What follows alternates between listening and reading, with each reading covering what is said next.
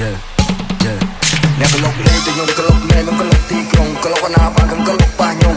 អាចមួយខ្ញុំរកឲ្យទៅមុនអ្នកដេកជីខ្លួនវាផងវ៉ាក្រុមខ្ញុំរងមិនដំរីយកយើងគ្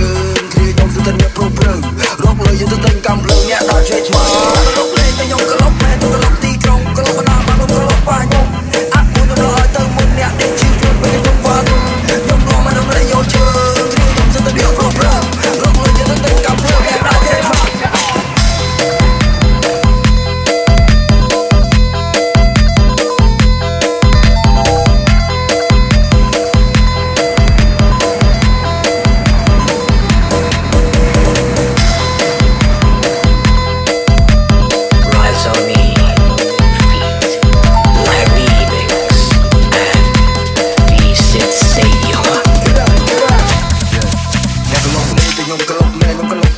ក្លុកណាបានខ្ញុំក្លុកប៉ះខ្ញុំ